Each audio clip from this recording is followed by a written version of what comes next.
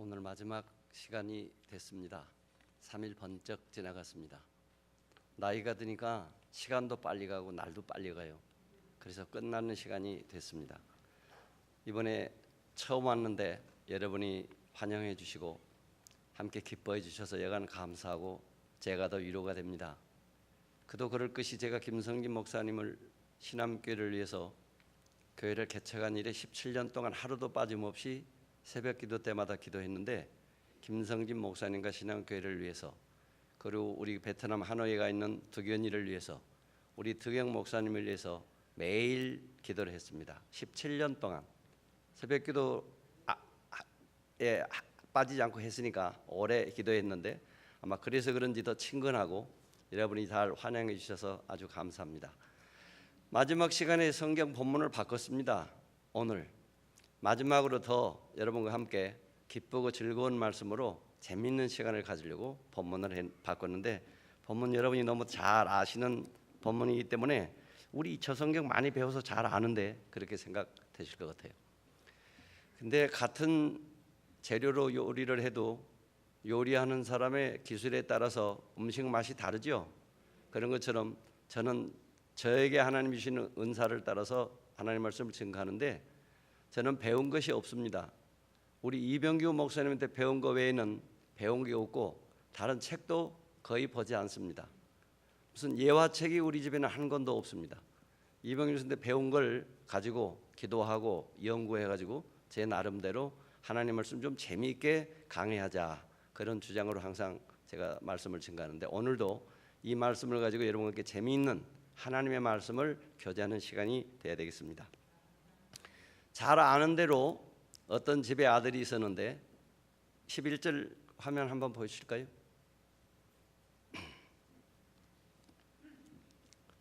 어떤 사람에게 두 아들이 있었는데, 어떤 아버지가 두 아들이 있었는데, 내용을 보니까 부잣집이었던 것 같아요. 집에 종들이 있는 걸 보니까 두 아들이 있었는데, 한 아들이 아버지에게 말씀하기를, 아버지, 내게 주실 유산 분깃 그거 좀 미리 주십시오 그랬습니다. 그랬더니 아버지가 그거 줬다는 것입니다. 좋은 아버지예요. 요새 아버지에게 유산 미리 달라고 그러면 줘요, 안 줘요? 안 줘요. 안 주게 되면 주고 나면 다 불효자식인데 미리 주면은. 그래서 안 준대요. 또 그거 미리 주면 허비할까 봐. 그런데 아버지는 딱 떼어서 줬다는 것입니다. 그 사랑이 정해는 아들의 몫이 있었는데 그걸 떼어서 줬다는 것입니다. 좋은 아버지예요. 근데 그 아들이 그걸 며칠 못해서 다 팔았더니 돈이 큰 돈이었어요. 요새 그렇잖아요. 옛날에 아버지한테 받아가지고 땅 한 3,000평 저기 있었는데 요새 얼마나 된다 부동산을 봤더니 다 몇 억씩 됐대요. 그래서 큰 돈을 가지고 멀리 갔습니다. 요새 같으면 이제 서울로 간 거예요. 서울 가지고 돈을 많이 가지고 갔으니까 잘 살았을 것 같아요, 잘 못 살았을 것 같아요? 아주 잘 살았을 것 같아요. 돈 많이 가지고 어디 외국에 가보니까 아주 잘 살겠더라고요. 내가 옛날에 한 20년 전에 러시아를 갔는데 100불을 바꿨는데 12,000루블을 받았는데 비닐봉다리를 하나요, 돈이. 그 러시아 개혁 때 돈 가치가 떨어지고 100불만 가지고 한 번 때려가지고 며칠을 써도 돼요. 그렇게 돈을 가지고서 잘 썼습니다. 근데 여러분, 벌지 않고 매일 쓰면 그 자리에 있어요, 줄어요? 빨리 줄어요, 천천히 줄어요? 빨리 줄죠. 다 아는구만. 그래 얼마 안 가서 돈이 다 떨어졌습니다. 돈이 있으면 대우 받았어요. 초청하는 사람이 많아요. 오래 있는 사람이 많아요. 만나지는 사람이 많아요. 식사하는 사람이 많아요. 그런데 돈이 얼마 안 가서 다 떨어졌다는 것입니다. 떨어졌는데 외국에 와가지고 서울에 가가지고 아는 사람 없는데 어떻게 살아야 되겠죠? 남의 집에서 일하지 않을 수 없었다는 것입니다. 그래서 남의 집에 돼지 치는 집에 가가지고 돼지 쳤는데, 직업으로 말하면 돼지 목동이 됐는데 돼지를 치러 다녔는데 설상의 가상으로. 설상의 가상이 뭐죠? 눈이 왔는데 서리까지 내려서 이건 미끄러워서 꼼짝 못하는 거예요. 설상의 가상으로 흉년까지 들었어요. 인심이 사나워지잖아요. 돈 받을 수가 없잖아요. 어디 얻어먹을 데가 없잖아요. 그래서 돼지 치다가 돼지가 먹는 쥐엄 열매를 함께 돼지와 같이 먹으면서 살았는데 그것도 배가 고파서 견딜 수가 없었습니다. 왜? 돼지 쥐엄 열매 먹는데 돼지가 더 잘 먹을까요? 사람이 잘 먹을까요? 돼지가 밀어 제끼고 먹기 때문에 그 같이 먹을 수도 없어요. 그래서 주는 사람이 없어서 굶어 죽게 됐습니다. 원래는 어떤 집 아들이었는데요? 부잣집 아들인데요. 사랑받았어요? 못 받았어요? 유산 딱 떼어들고 사랑받는 아들인데, 근데 직업은 돼지 치는 사람이고 배고파서 죽게 됐습니다. 그리고 흉년 들었습니다. 너희가 알거니와 하나님을 사랑하는 자, 그 뜻대로 부르심을 입은 자들에게는 모든 것이 합력하여 선을 이루느니라. 돼지 치는 것도 협력하고 흉년까지 들어가지고 배고파 죽게 돼서 회개하게 됐습니다. 그래서 자기 아버지를 생각해 봤더니 우리 집에 있을 때 우리 아버지 집에 품꾼도 많고 부유하고 모자란 것이 없었는데 사랑이 넘쳤는데 어쩌다 내가 여기 와가지고 돼지 치다가 돼지가 먹는 것도 못 먹고 배고파 죽게 되겠나 생각해 보니까 아버지 집을 떠난 것이 잘못된 줄 알았습니다. 그게 회개예요. 아니 왜 나오셔요? 이제 다 아신다는 거야. 하나 여러분에게 물어보겠습니다. 우리가 교회 생활하면서 여러 가지 많은 일들을 하는데 하나님이 어떤 일을 하는 걸 제일 기뻐하실까요? 이거 한번 말씀해 보세요. 말씀을 듣는 사람, 또 회개하는 사람, 그거예요. 열심, 봉사, 전도, 찬송, 기도 다 잘하는 사람, 물론 그거 좋은 거예요. 하나님 기뻐. 제일 기뻐 회개하는 것입니다. 회개의 열매에서부터 모든 것이 됩니다. 하나님의 은혜는. 근데 배고파서 죽게 되니까 아버지를 생각하게 되고 자기 집에서 평화롭게 행복하게 만족하게 부유하게 사는 데를 생각하게 됐습니다. 그래서 아버지께 돌아갈 마음을 가졌습니다. 근데 돌아가니까 면목이 있어요, 없어요? 없어요. 그래서 한번 봅시다. 몇 절이죠? 17절. 17절을 봅니다. 이에 스스로 돌이켜 이르되 내 아버지에게는 양식이 풍족한 품꾼이 얼마나 많은가. 나는 여기서 주려 죽는구나.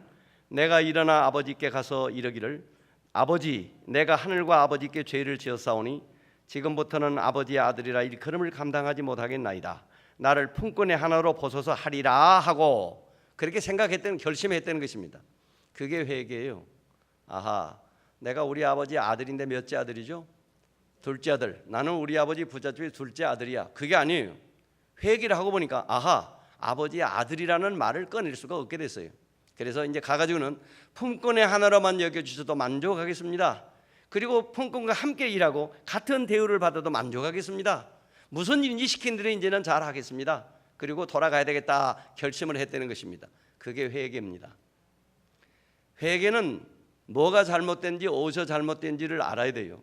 그리고 어떻게 해야 바로 되는지를 알아야 그게 바른 회개가 됩니다. 그래서 아하, 우리 아버지를 거역하고 아버지 가슴을 아프게 하고 아버지 재산을 다 탕진하고 떠났으니 잘못된 줄 알고 회개하고 돌아갈 결심을 했다는 것입니다. 처음에 돈 가지고 나가서 살 때는 잘 살았다고 그랬죠. 친구들도 많았어요. 대접하는 수도 많아요. 387장 거기 나오는데 해봅시다.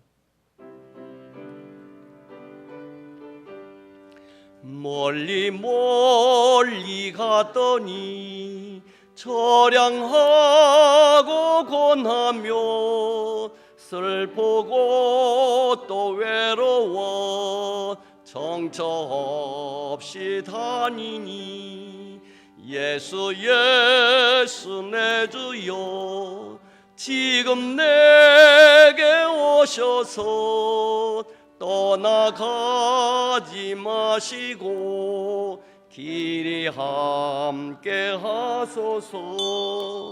이렇게 정처 없는 생활을 했다는 것입니다. 부모를 떠나면, 사랑의 세계를 떠나면 이렇게 정처 없는 생활을 하게 됐습니다. 근데 오늘 여기서 성경 말씀에 보면은 아들이 아버지 집을 떠났다고 했는데 이것은 비유의 말씀이라고 그랬습니다. 예수님이 하실 말씀이. 오늘날 어떤 사람이 이런 사람인가 알아야 됩니다. 오늘 아버지의 재산을 팔아가지고 다 낭비하고 거지 생활하다가 줄여서 죽게 된 사람이 누군가 하면 오늘날 우리들이 그 사람이에요. 왜 그런가 하면 아버지의 사랑을 떠나서 고난 많이 받는 그 아들과 교역자의 인도와 훈계와 꾸지람이 싫어서 떠나간 그 아들과 예수님의 사랑의 세계를 떠나서 세속에 물들어서 살려고 떠난 사람이 똑같은 탕자예요. 우리가 바로 그런 사람들이에요. 왜 떠났느냐 하면 아버지 집에는 부족한 것이 없고 풍족하지만 거기는 좀 자유가 없어요. 제 마음대로 못해요. 걸리는 게 많아요. 그래서 제 마음대로 한번 해보겠다는 것입니다. 다시 말하면 세속의 모든 재미를 한번 누려보겠다는 것입니다. 그래서 떠난 거예요. 우리 며느리를 얻었는데 아들하고 며느리 앉혀놓고 말했습니다. 아들아, 너는 이 다음에 엄마가 손에 뭘 들고 다니기만 안 되고 엄마가 뭐 들고 다니면 네가 다 받아서 들고 다니라 그랬습니다. 오늘이 며느리 보고 그랬습니다. 희정아, 너는 엄마 옆에서 굽 높은 구두를 신고 엄마보다 껑충하고 다니면 안 된다 말했습니다. 그랬더니 우리 며느리네 집에는 굽이 있는 신발이 하나 있어요. 다 맨바닥이더라. 가보니까 좀 미안해요. 근데 바르게 하긴 했는데 그 며느리가, 요새 며느리가, 젊은 며느리가 바닥 신발, 굽 없는 신발 신고 다니기가 좋을까요? 자기도 높은 거 신고 날씬하게 하고 다니고 싶겠죠? 또 키도 큰데. 근데 하지 말라고 그래서 못 하고 다닙니다. 바로 그런 거와 같아요. 아버지 집에 있으면 필요한 거 다 있고 부족한 거 없지만 간섭이 많단 말이에요. 아침 일찍 일어나라, 이 닦아라, 10시 지나면 자라, 인터넷 그만해라, 스마트폰 꺼라. 해요 안 해요 여러분들? 그게 다 듣기 싫다는 거야. 학교 갔다 왔으면 손 씻어야지. 이 닦아라. 이 닦았니? 닦았다고요. 하도 듣기 싫어서. 그게 듣기 싫어서. 숙제 벌써 다 했다고요. 그거 듣기 싫어서. 그래서 떠난 겁니다. 주일날 빠지지 마세요. 오후 예배도 드리고 가세요. 수요일날은 왜 힘써서 안 나오세요? 새벽기도는 아예 못 나오시고. 그거 듣기 싫어서. 그래서 교역자의 간섭과 지도가 싫어서 점점 내려가 땅바닥으로 믿음이 점점 내려가는 사람이 있어요. 그게 바로 탕자예요. 그런데 그 탕자가 언제 돌아오냐면 죽게 되면, 배고프게 되면, 먹을 게 없게 되면 차츰 회개합니다. 목사님의 간섭이 싫어서 교만해져서 성공해서 돈 좀 벌었으면, 병 다 나았으면 교만해진 사람이 많아요. 그래가지고 슬슬 비난을 하다가 맞짱을 뛰다가 그 다음에는 너냐 나냐 그런 사람도 많아요. 계속. 그 왜 그런 줄 알아요? 교만해졌거든요.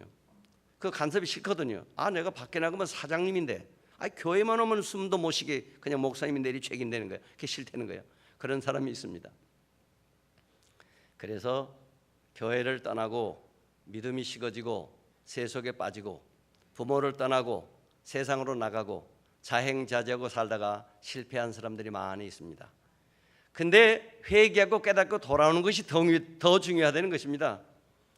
이 사람은 깨달았어요. 우리 아버지 집에 있을 때 그 행복한 환경과 그 생활, 자기 집에 많은 종들, 부족한 것이 없었는데 아버지 간섭 안 받으려고 자유롭게 좀 살아보려고 떠났더니 결국 이렇게 됐습니다. 그래서 돌아오는데 결심했어요. 나는 하나님과 아버지께 죄를 졌습니다. 이 말 무슨 말이죠? 하나님께는 무슨 죄 졌죠? 하나님께는 무슨 죄 졌어요 이 사람이? 아, 부모를 공경하지 않았기 때문에. 예. 부모를 공경하지 않은 죄도 있지만 돈 많이 가져가서 쓰는 동안에 하나님께 죄를 졌을까요? 안 졌을까요? 몇 차까지 갔을 것 같아요? 1차는 어디죠? 1차. 여기다 가봤을 건데.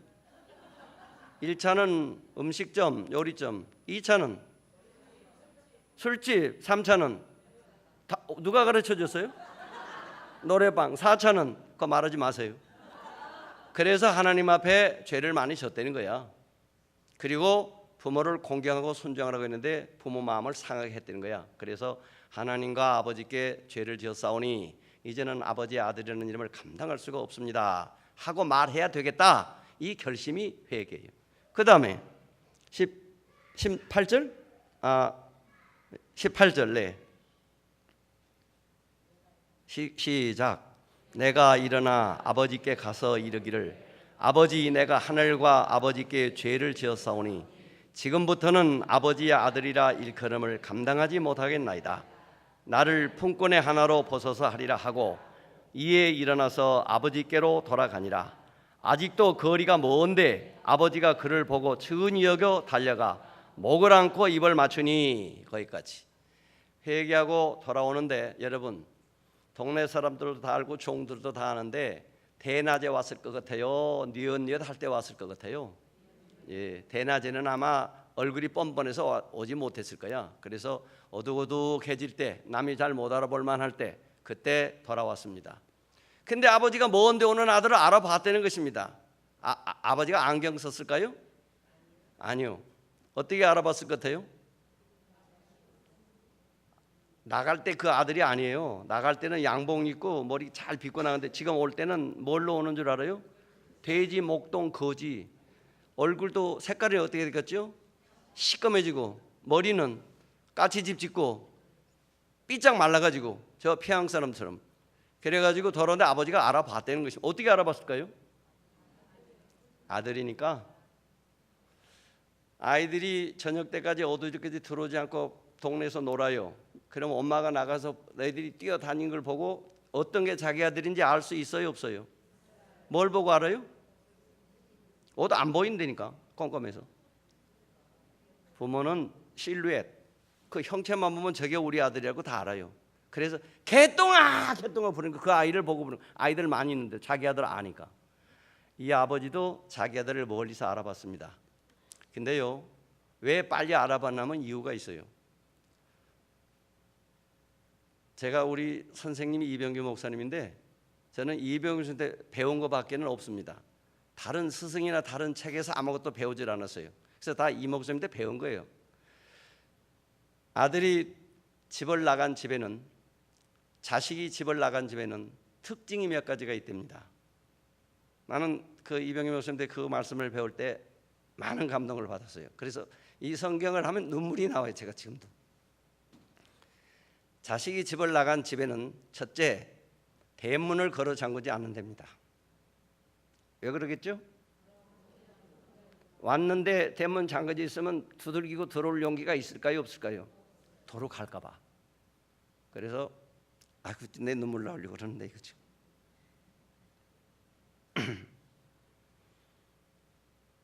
그래서 문을 잠그지 못하고 산다는 거야. 자식이 집을 나가면. 두 번째는 그 집에는 항상 따뜻한 밥이 있대요. 요새 같은 전자밥솥도 없을 때 그 밥이 어디 있을 것 같아요? 아랫목, 이불 덮어놓은 아랫목에 항상 더운 밥이 있대요. 자식이 나간 집 부모는, 어머니는 항상 찬밥을 먹고 산대요. 밥은 매일 하는데 몇 끼마다. 왜 그랬을 것 같아요? 아들 찬밥은 자기가 먹고 새밥 해가지고 아들 주려고 담아놓기 때문에. 이게 부모 마음이에요. 자식이 집을 나간 집에는 불을 다 끄지 않는답니다. 불 끄고 자면 잠자는데 미안해서 못 들어올까 봐 아직 안 자고 있으니까 문 두드리기라는 거야. 이것이 집 나간 자식이 집 나간 집의 사정이에요. 부모의 마음이. 아버지가 이 마음을 가지고 아들을 기다리고 있었거든요. 그렇기 때문에 그 아들이 멀리 오는데 형상이 바뀌었는데, 의복도 바뀌었는데 보고 알아본 거예요. 그래서 보고 어떻게 했다고요? 저놈이 인제 오는구만. 그래서요, 달려가. 아들이 오는 거니까 마주 달려나가. 영접했다는 것입니다. 어디를 끌어안았다고요? 목을 끌어안았으니까 무슨 냄새 났을 것 같아요? 돼지 냄새 났을 거예요. 그 냄새를 맡으면서 기뻐서 끌어안고 얼굴을 마주 퍼댔다는 것입니다. 이것이 부모의 마음이에요. 이 어머니 마음이. 그 아들을 영접해 드렸습니다. 그 아들이 너무 염치가 없잖아요. 이렇게 영접할 줄 몰랐거든요. 그래서 아버지에게 고백했습니다. 아버지, 나는 이제는 하나님과 아버지께 죄를 지었사오니 아버지의 아들이라는 이름을 감당할 수 없습니다. 거저 이제는 품꾼 중에 하나로 여겨주시면 되겠습니다. 열심히 일하겠습니다. 시킨 대로 하겠습니다. 무슨 일인지 하겠습니다. 그랬습니다. 아버지가 그게 무슨 말이냐? 그게 무슨 말이냐? 보십시다. 21절. 아들이 이르되 아버지, 내가 하늘과 아버지께 죄를 지었사오니 지금부터는 아버지의 아들이라 일컬음을 감당하지 못하겠나이다 하나 아버지는 종들에게 이르되 제일 좋은 옷을 내어다가 입히고 손에 가락지를 끼우고 발에 신을 신기라. 그리고 살찐 송아지를 끌어다가 잡으라. 우리가 먹고 즐기자. 이 내 아들은 죽었다가 다시 살아났으며 내가 잃었다가 다시 얻어놓으라 하니 그들이 즐거워하더라. 회개한 자식이 돌아오니까 집안에 잔치가 열렸습니다. 동네 사람도 다 잔치에 참여했습니다. 근데 더 중요한 것은 이 아버지가 얼마나 이 아들을 간절히 사모하게 기다렸으면 돌아오는 아들에게 이런 대우를 했을까요? 제일 좋은 옷을 내다 입히고 손에 가락지를 끼우고 발에 신을 신겼다는 것입니다. 교인 한 사람이 시험 들어서 믿음이 떨어져서 점점 내려가다가 떠나가면 교역자의 마음이 이와 같이 아픕니다. 그리고 그 성도를 위해서 기도하고 기다립니다. 내가 부족해서 사랑하지 못해서 시험에 들어서 떨어졌을까 싶어서 그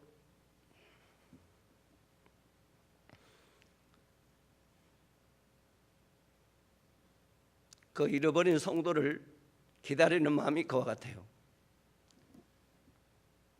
어떤 마을에 과부가 외아들을 키우고 사는 과부가 있었답니다. 열심히 일을 하다가 모아서 돈을 모았답니다.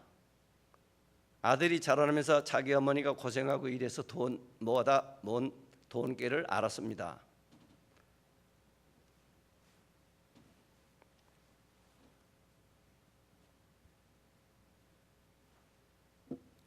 어느 날 이 아들이 그 어머니 돈깨를 훔쳐가지고 달아났습니다. 그것만 가지고 가면 잘 살 것 같거든요.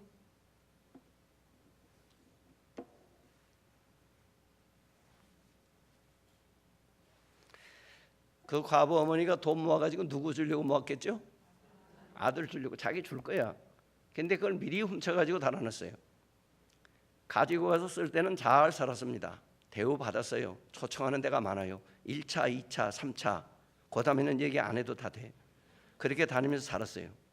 근데 돈 다 떨어지고 난 다음에 촌놈이 돈 다 떨어졌는데 무슨 기술이 있어요? 배운 게 있어요? 아는 사람이 있어요? 안 되겠거든. 이거저거 다 해봤는데 안 되겠거든. 아하, 내가 갈 곳은 어머니밖에 의지할 데가 없어요. 어머니에게 돌아가야 되겠다. 근데 어머니한테 갈 면목이 있어요, 없어요?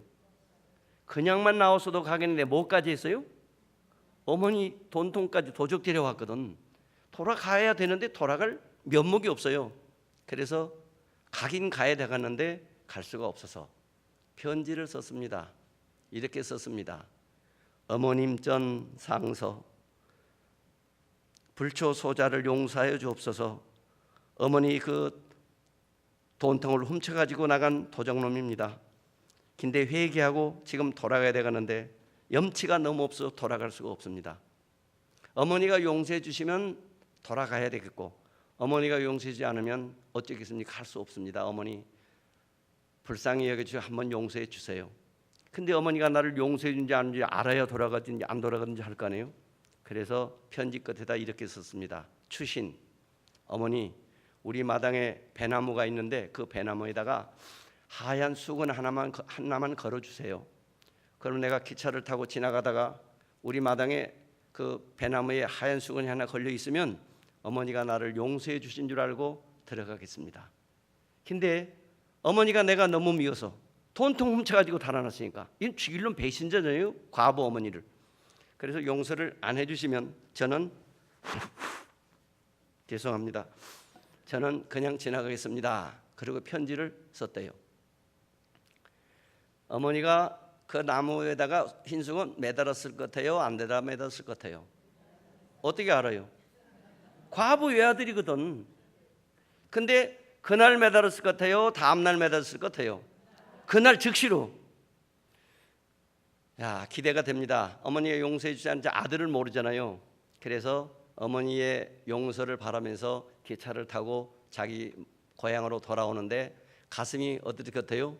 두근반 세근반 요동을 치면서 기차가 달려서 자기 마을로 돌아가는데 저기 자기 마을 동네가 보이더래요. 어머니가 수건을 매달아놨을까 안 매달아놨을까? 매달아놨으면 들어가서 용서를 빌어야 되는데 안 매달아놨으면 그냥 지나가지 할 수가 없는데 가슴을 조이고 오는데 점점 가까이 오는데 자기 마당에 하얀 백꽃이 큰 나무가 백꽃이 열렸더래요. 피었더래요. 근데 그때는 동지 섣달이었거든요. 겨울에 백꽃이 필 수가 없잖아요. 아니 어떻게 해서 이렇게 배나무에 꽃이 큰 것이 피었을까? 가까이 점점 와서 봤더니 지나가면서 보니까 모든 가지 하나하나마다 수건을 다 걸어놓은 거예요. 하나만 걸어도 되는데 왜 그랬을 것 같아요? 우리 아들이 만약에 이 흰 수건을 보지 못하고 그냥 지나가는 날에는 영원히 이 아들을 다시 보지 잃어버릴 것 같거든요. 이것이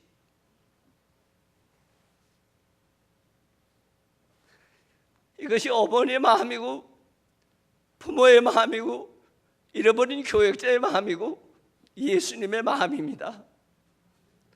이 마음으로 하나님이 우리를 기다려 주셨고 이 마음으로 아버지가 아들을 기다리신 것입니다. 그 아들이 돌아왔습니다. 더 필요한 거 있어요, 없어요? 더 요구할 거 있어요? 돈 훔쳐가지고 온 거 미운 생각 있어요? 아까워요? 그거 없어요. 그래서 그 아들이 그 수건을 보고 너무 감동을 받아가지고 우리 어머니가 나를 이렇게 사랑한 줄 몰랐기 때문에 회개하고 돌아왔답니다. 좋은 아들 됐을 것 같아요. 그 다음에도 또 손볼은 나쁜 아들 됐을 것 같아요. 좋은 아들 됐을 것 같아요. 회개하는 아들도 귀하지만 그 아들이 수건 하나 보지 못하고 지나갈까 봐 집안에 있는 모든 흰 색깔 수건은 다 잘라다가 가지가지가 다 매달아서 겨울에 백꽃이 하얗게 피는 나무를 만들어 놓은 거예요. 이것이 어머니의 사랑입니다. 이것이 교역자의 사랑입니다, 여러분.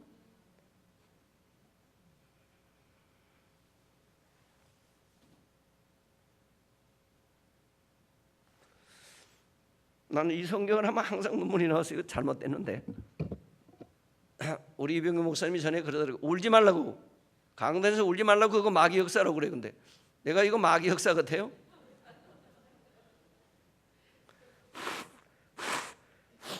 콧물까지 나오네.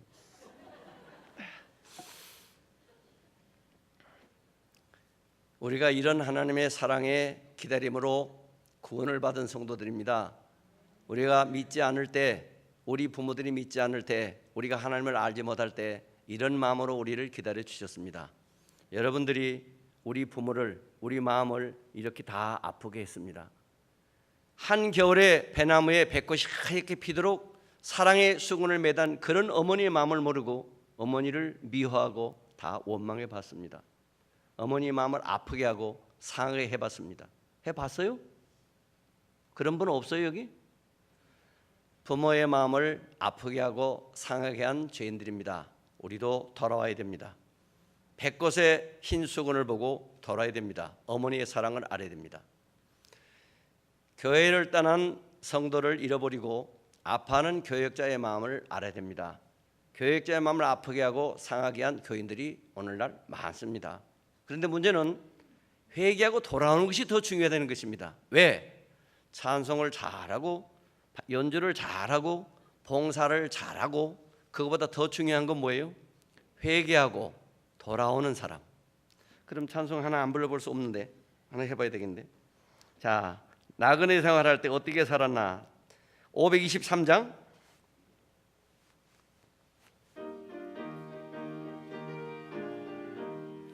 모든 죄악길에서 목자 없는 양같이 모든 사람 길 찾아 헤맨다. 자비하신 하나님 독생자를 보내사 너를 지금 부르니 나오라. 이때라 주의 긍휼 받을 때가 이때라. 지금 주께 나와 겸손하게 아뢰라. 구원함을 얻으리. 그만. 그러면 아들 나가서 방탕하고 오등이를 돌아다닐 때 아버지의 마음은 어땠을까? 기다리는 부모의 마음은 어땠을까? 기다리는 교역자의 목사님의 마음은 어땠을까? 525장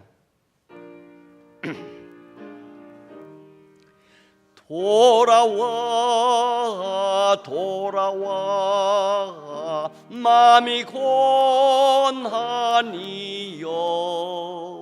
길이 참 어둡고 매우 험악하니 집을 나간 자여 어서 와 돌아와 어서 와 돌아오라.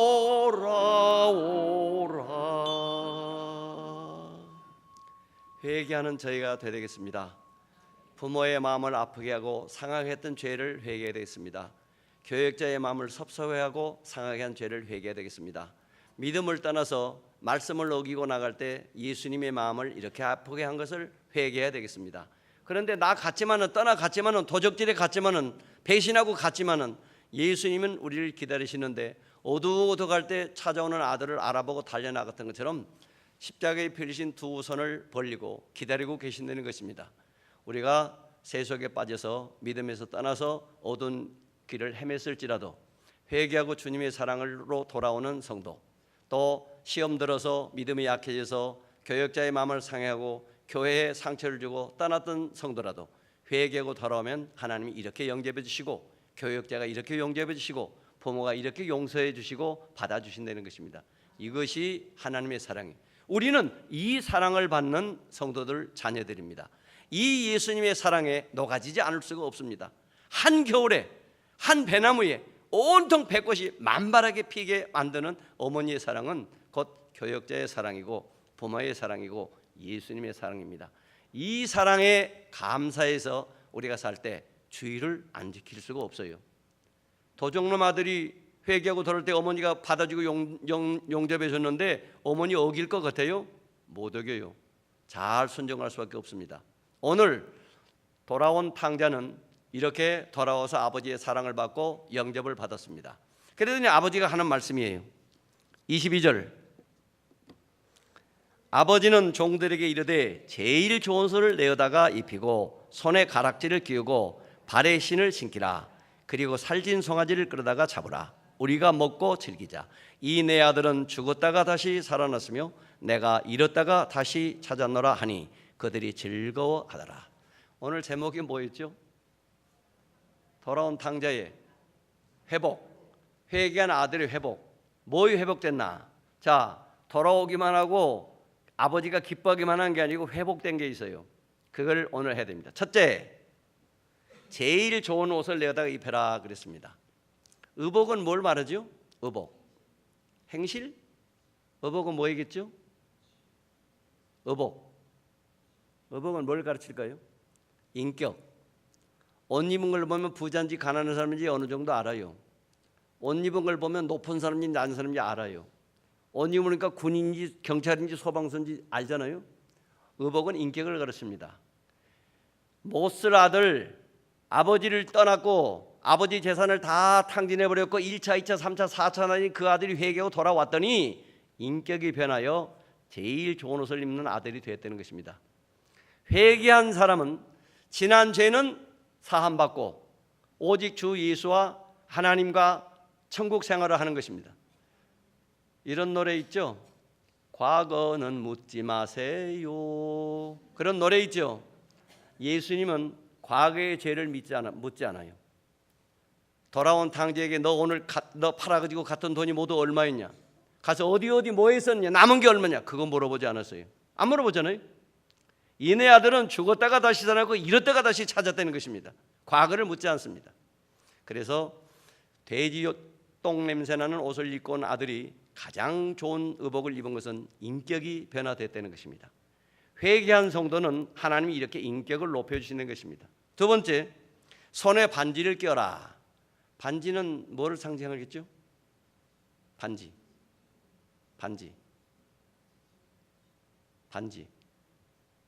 반지는 권세를 가르칩니다. 우리나라 역사에는 왕이 도장 찍을 때 찍는 도장을 뭐라고 그러죠? 옥새를 갖다 찍잖아요. 근데 네로 같은 황제가 결제할 때는 뭘로 한 줄 알아요? 반지를 어떻게 해요? 예, 인장 반지에다가 여기다 도장을 이게 착 돌려 찍으면 그게 왕의 명령이 그게. 다시 말하면 권세가 회복된다는 것입니다.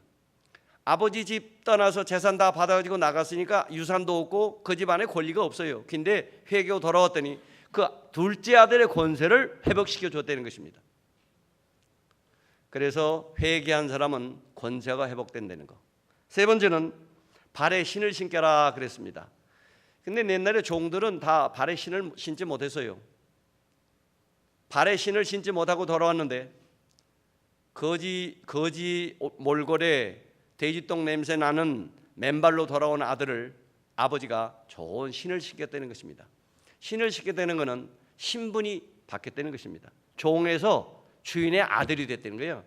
종에서 귀족이 됐다는 거예요. 이것이 회개한 결과입니다. 그래서 이 아들에게 세 가지 변화가 있었는데, 첫째는 인격이 변화되고 권세가 변화되고 그 다음에 신분이 변화됐다는 것입니다. 이것이 오늘 우리들이에요. 우리가 과거에 다 돼지똥 묻은 옷을 입고 돌아왔던 사람들입니다. 믿기 전에, 회개하기 전에 우리는 이 회개가 필요합니다. 그랬더니 아버지가 너무 기뻐서 하시는 말씀이 더 기뻐요. 그리고 살진 송아지를 끌어다가 잡아라, 우리가 먹고 즐기자. 여러분, 소를 많이 키우다 보면 그 소 중에 어떤 소가 있는 줄 알아요? 소 중에 옛날에는 손님 대접할 때 대접할 게 없었기 때문에 집에서 닭을 잡아서 손님을 많이 대접했는데, 그래서 옛날에 그랬죠. 닭을 잡아 대접했는데 귀한 손님이 오시면 어떤 닭을 잡을 것 같아요? 예? 씨암탉? 그 씨암탉 그 질겨서 못 먹겠더라고. 내가 뭐 보니까 이름만 좋지. 귀한 손님이 오시면 살찌고 통통한 닭을 잡아다가 손님을 모셔요. 근데 싫은 손님, 처갓집에 사촌쯤 되는 손님이 오면, 먼 손님이 오면 닭장에 들어가지고 닭을 찾아 돌아다녀요. 무슨 닭 찾으러 돌아다닐 것 같아요? 예? 어떤 닭? 닭을 안 키워봤으니까 모르지.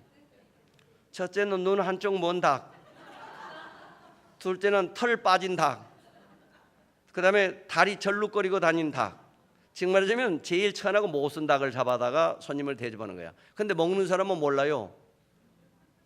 닭도리탕에 넣으면 저는 닭인지 눈먼 닭인지 털먼지 구별이 안 되거든. 모르고 먹고 가지만 그 주인은 그런 닭을 찾아다가 잡습니다. 근데 귀한 손님이 오시면 살지고 통통한 닭을 잡아요. 저도 그렇게 해요. 저도 귀한 손님이면 좋은 것만 골라서 따주고, 좀 따주세요 그러면 좀 안 좋은 거 골라서 따줘요. 제가 전원 생활을 해봤는데 한동안 농사를 했어요. 고추, 가지, 토마토 심었는데 손님이 오셨는데 내가 좋은 손님이 오시면 좋은 거 골라서 따서 담아줘요. 근데 가면서 목사님 좀 따주실 거 없어요? 그러면 따주지. 근데 따주긴 따주는데 좋은 거는 아껴놓고 따줍니다. 근데 이 아버지는 어떻게 하냐면 살지고 기름진 송아지를 잡으려는 것입니다. 자, 주인이 이렇게 명령했으니까 종들이 어떤 거 잡아왔겠죠? 제일 좋은 걸로 잡았을 거예요. 그래서 그날 먹은 고기가 요새 말하면 한우 안심이야. 제일 부드럽고 맛있는 요리를 먹을 수가 있었습니다. 이건 뭘 말하죠? 한 자녀가 회개하면 아버지가 이렇게 기쁘고, 한 성도가 회개하면 교역자가 이렇게 기쁘고, 죄인 하나가 회개하면 하나님이 이렇게 기쁘시고 예수님이 기뻐서 살진 소를 잡아서 큰 잔치를 열어주시는데, 그날 소고기 제일 많이 먹은 사람이 누굴까요? 둘째 아들이지. 왜? 몇 년 동안 이런 거 못 먹어봤거든. 먹고 살 게 없어. 돼지 치는 열매도 배불리 못 먹었는데 이걸 만나서 얼마나 많이 먹겠어. 회개한 영혼은 배부르게 된다는 것입니다. 아버지의 사랑을 더 많이 받는다는 것입니다. 시간이 없어 뒷장을 못 하는데 그 뒤에 보면 큰 아들이 하나 있어요. 근데 그 아들은 시간이 없어 못 합니다. 이 다음에 혹시 시간 되면 그 둘째 아들은 어떤 아들이나 한번 찾아보시죠. 그 아들이 또 맹랑한 아들이 하나 있어요. 바리새인의 아들이 하나 있었다고. 율법주의 아들이 하나 있었다고. 그게. 그런데 오늘 이 회개한 아들은 아버지의 사랑을 듬뿍 받았고, 종들이 그 아들 무시할 수 있어요 없어요? 손에 반지를 끼고 있는데 어떻게 무시해요? 의복은 제일 좋은 거 입고 있는데, 가죽 신발 신고 다니는데. 그래서 종들에게 존경받고 동네 사람들에게도 사랑을 받고 아버지를 기쁘게 하고 잔치를 열어서 동네 사람들을 배부르게 해주고 교회가 다 기뻐하고 목사님이 기뻐서 하하하 하시고 하나님이 기뻐하시고 하나님을 기쁘시게 해드리는 교회, 하나님을 기쁘시는 성도가 될 수 있다는 것입니다. 제일 중요한 것은 회개하는 것입니다. 부모에게 불효한 거 회개하고, 부모를 원망한 거 회개하고, 부모의 마음을 아프게 한 거 회개해야 됩니다. 우리가 다 부모 마음 아프게 했어요. 상처 다 줬어요. 교역자 마음을 아프게 하고 상하게 한 사람이 얼마나 많은 줄 알아요? 이제 4분밖에 시간 없는데 우리 교회 큰 사건이 3번 있었는데 교회를 개척하고 나서 한 사람은 혹이 이거만큼 붙어가지고 늘어진 사람이 하나 왔는데 그 혹을 3년 걸려가지고 싹 다 떼어내가지고 사람 얼굴을 만들어줬습니다. 그러면 그 교인이 우리 교회에 충성해야 돼요, 안 해야 돼요? 상처 떨어지자마자 가버렸습니다. 혹 다 떨어지자마자 수술 꺼내니까 가버렸어요. 야, 그거 참 너무 섭섭하고 너무 실망스러워요. 수천만 원 들어도 안 되는 걸 해주는데 너무 섭섭하더라고요. 또 어떤 사람 하나는 아이가 갑자기 병났는데 병원에 갔는데 소아암에 걸려가지고 입원했는데 그 소아암에 가니까 전부 소아암 걸린 아이들만 거기 있더라고요. 늘 죽어나가는 거야, 매일. 삼성병원에 가니까 하도 많으니까. 근데 온 교회가 이 아이 살리자고 기도를 했는데 이 아이 살아났습니다. 지금 3학년인가 4학년 됐습니다. 초등학교 가기 전에 암 걸렸었는데. 그런데 그분이 얼마 지나서 떠났습니다. 아, 너무 섭섭해요. 아, 너무 섭섭하더라고. 또 어떤 사람 한 분이 있었는데 교회 막 개척했는데 귀신 들린 사람이 나왔어요. 근데 난 귀신 들린 사람을 한 번도 전에 못 봤어요. 그래가지고 가서 내가 뒤지게 패줬습니다. 그 귀신 들린 사람을. 신방 갔더니 나한테 막 욕하면서 대들더라고요. 여자 집사인데. 야, 너 나 한번 해볼래? 하면서 하더라고요. 이게 어디라고 그랬더니 해요. 그래서 귀싸댕이 하나 때렸어요. 아니 목사 보고 너 했더니 몰라가지고 나중에 그 사람이 귀신 붙은 걸 알았어요. 그래서 와가지고 기도를 했는데 내가 막 울었습니다. 교회 와서 뭐라고 그러면 하나님, 내가 목사님과 20년이 된 사람인데 아니 내가 기도도 이 마귀가 귀신이 나가지를 않아요. 왜 안 나가요? 하면서 울었습니다. 왜 내가 기도도 안 나갑니까? 그래서 내가 혼자 힘을 안 돼서 우리 교인들 다 모여라. 다 모여서 기도하자. 이 귀신 쫓아내서 고치자. 그래서 기도했더니 어느 날 뚝 떨어져 나가는데 그 집사님이 우리 교회 기동 집사님이에요. 처음부터 지금까지 얼마나 충성되게 잘 받들었는지 훌륭한 사람이 됐어요. 근데 그분도 갔어요. 아, 너무 섭섭해요. 나는 안 갔으면 좋겠는데. 가겠습니다. 그래서 가라는 말을 못했어요. 그래서 나는 가라는 말 못하겠다. 잘 가서 기도해보고 하나님이 가는 걸 기뻐하면 가고 안 가는 걸 기뻐하면 안 가야 된다. 그러고 보냈습니다. 근데 가서 안 와요. 안 올 것 같아요. 교역자의 마음을 아프게 한 거야. 은혜를 모르는 거야. 사랑을 빚을 못 갚는 거예요. 교인들은 그래요.